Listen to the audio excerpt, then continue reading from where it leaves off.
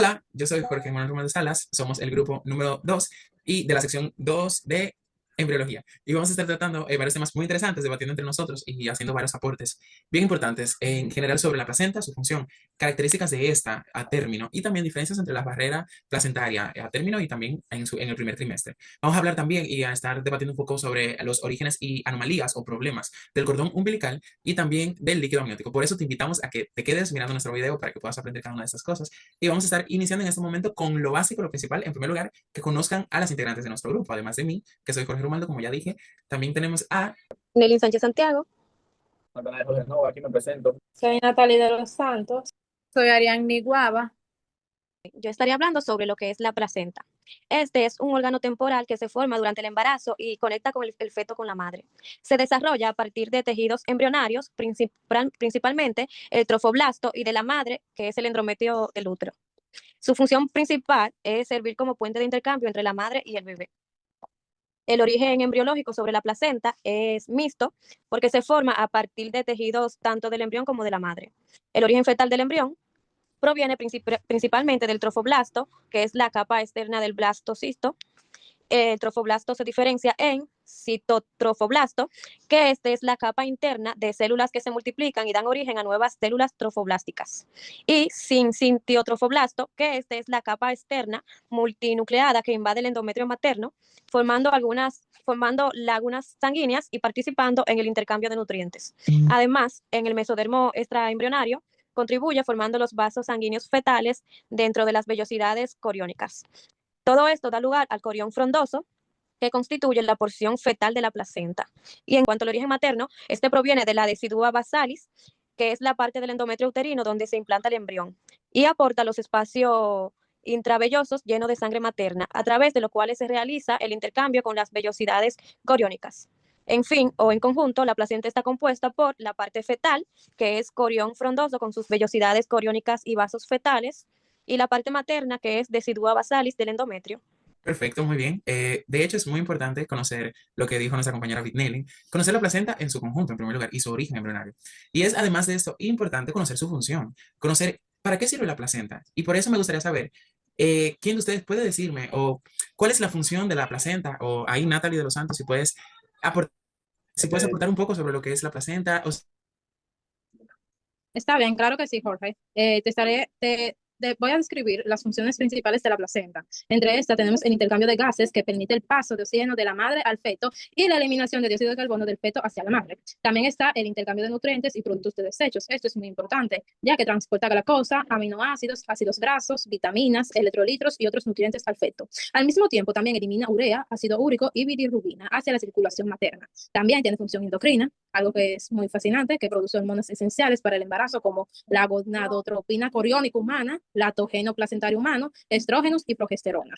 También no se queda atrás con la función inmunológica que permite el paso selectivo de anticuerpos maternos que brindan inmunidad pasiva al feto, que actúan como barrera parcial contra agentes infecciosos, aunque lamentablemente el caso no lo pueden hacer contra todos, como lo es el virus de la rubeola o la citomegalovirus. También protege, ya que filtra parte de toxinas y microorganismos, aunque no es una barrera absoluta. O sea, usted puede decir que las funciones de la placenta son respiratorias, nutritivas, endocrinas, excretoras, inmunológicas y protectoras, y aseguran el desarrollo y la supervivencia del feto durante la gestación. Es una parte fundamental y clave en el embarazo, ya que gracias a esto el feto no ayuda a que el feto no ocurra daño y lo va nutriendo durante todo el proceso del desarrollo.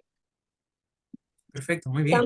¿Quién más quiere añadir algo? Sí, me gustaría añadir, bueno, me gustaría decir también sobre la función que podría decirse que la placenta tiene como función, además de eso, diríamos que la protección del feto. O sea, el bebé, además de que debe de ser nutrido a través de la placenta, es una capa que va a proteger. Entonces, eso es muy importante también tenerlo en cuenta.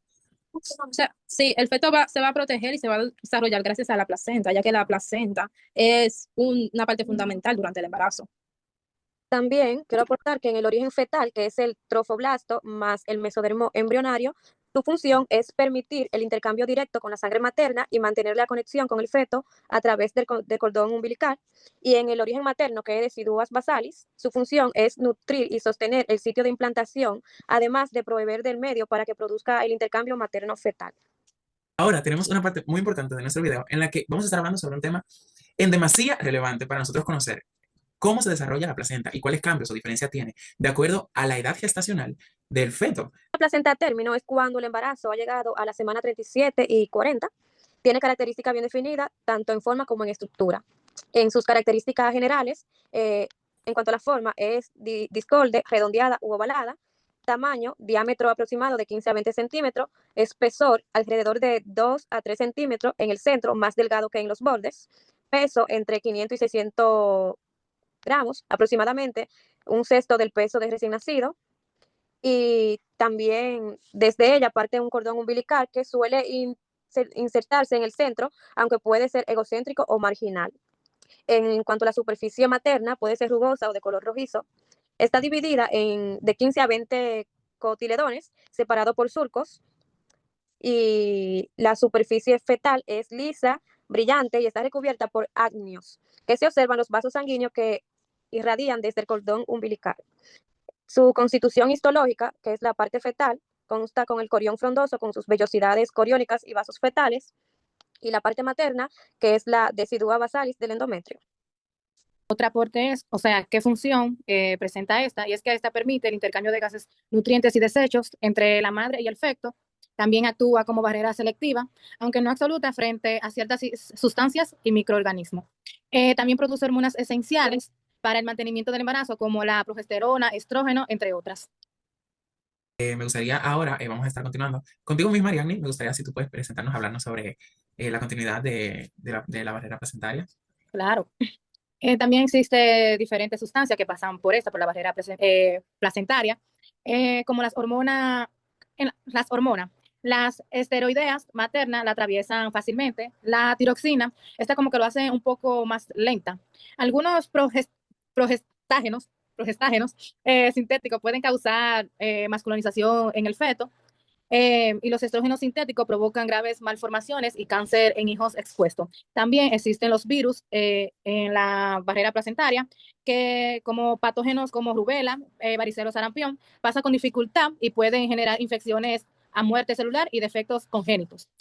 Hormonas como placentarias en los primeros meses, el sincitotrofoblasto, que produce gonadotropina coriónica humana, que mantiene el cuerpo lúteo y sirve como prueba de embarazo.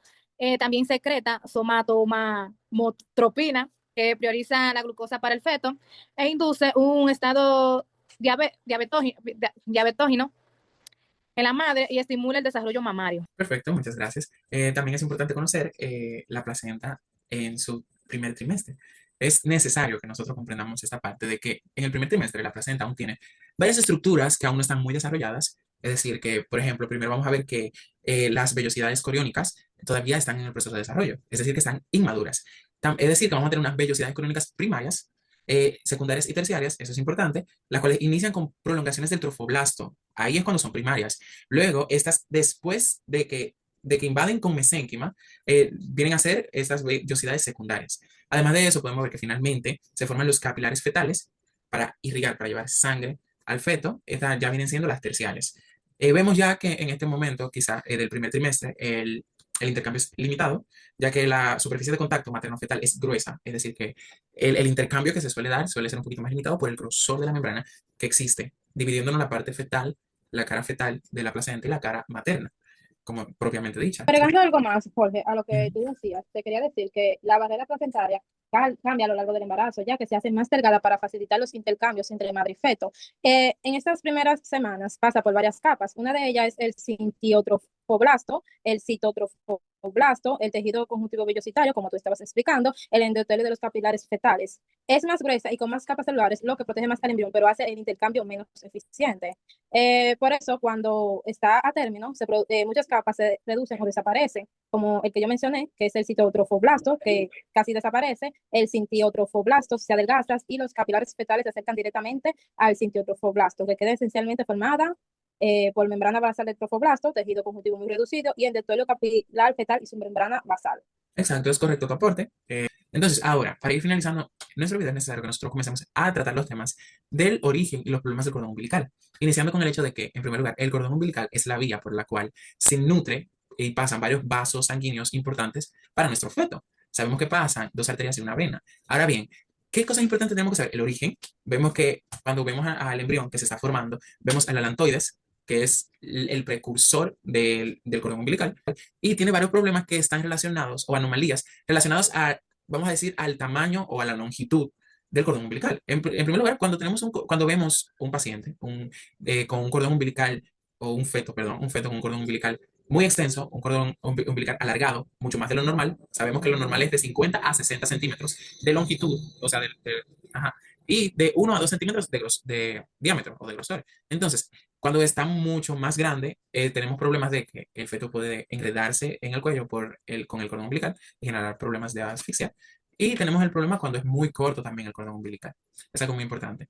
Mi compañero Natanael estará hablando sobre origen y problemas del líquido amniótico.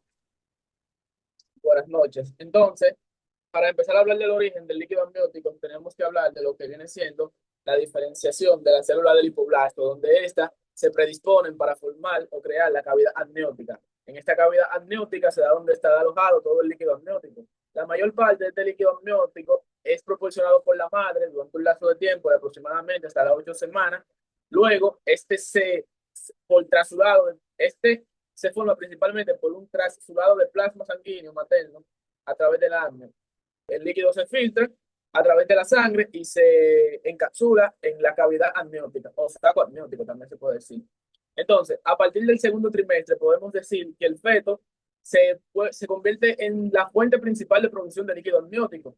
¿Cómo ocurre esto? Bueno, podemos decir que a partir de esta edad los pulmones los riñones ya empiezan a trabajar, los pulmones también producen parte de este líquido amniótico. Entonces, lo que ocurre es que el sistema digestivo fetal, el bebé empieza a consumir este líquido amniótico y lo empieza a liberar mediante la orina, creando un ciclo continuo, literalmente.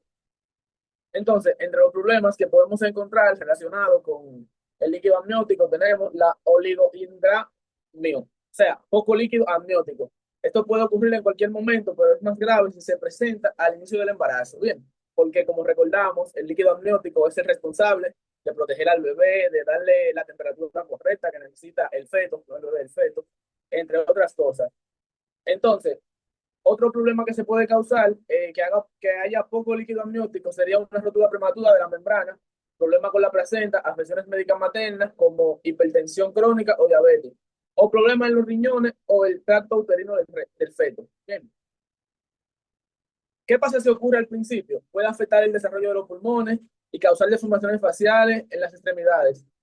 En etapas más avanzadas puede llevar a un crecimiento fetal restringido o complicaciones durante el parto. O sea, esto lo que quiere dejarnos dicho es que dependiendo de si hay un poco líquido, esto puede traer algunas deformaciones faciales, como vemos algunos niños que tienen problemas luego de nacimiento, en su carita, en su cráneo, entre otras cosas. Otro problema que se puede presentar es demasiado líquido, esto se conoce como polihidraminio.